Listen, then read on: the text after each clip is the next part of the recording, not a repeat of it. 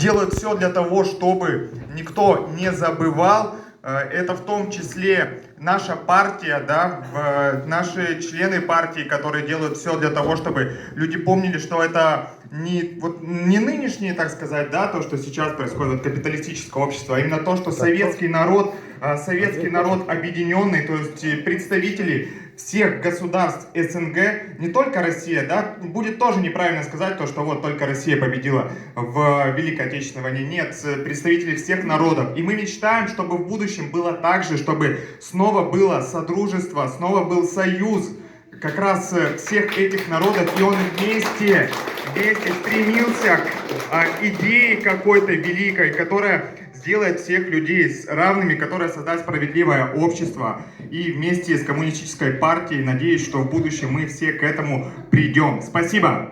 С праздником Победы всех! Еще один член организационного комитета Вадим Давыдов. Ну-ка, поприветствуем Вадима! Вадим! Вадим у нас занимается пионерией и ведет на 3-м этаже музей. Вадим, вам предоставляется слово.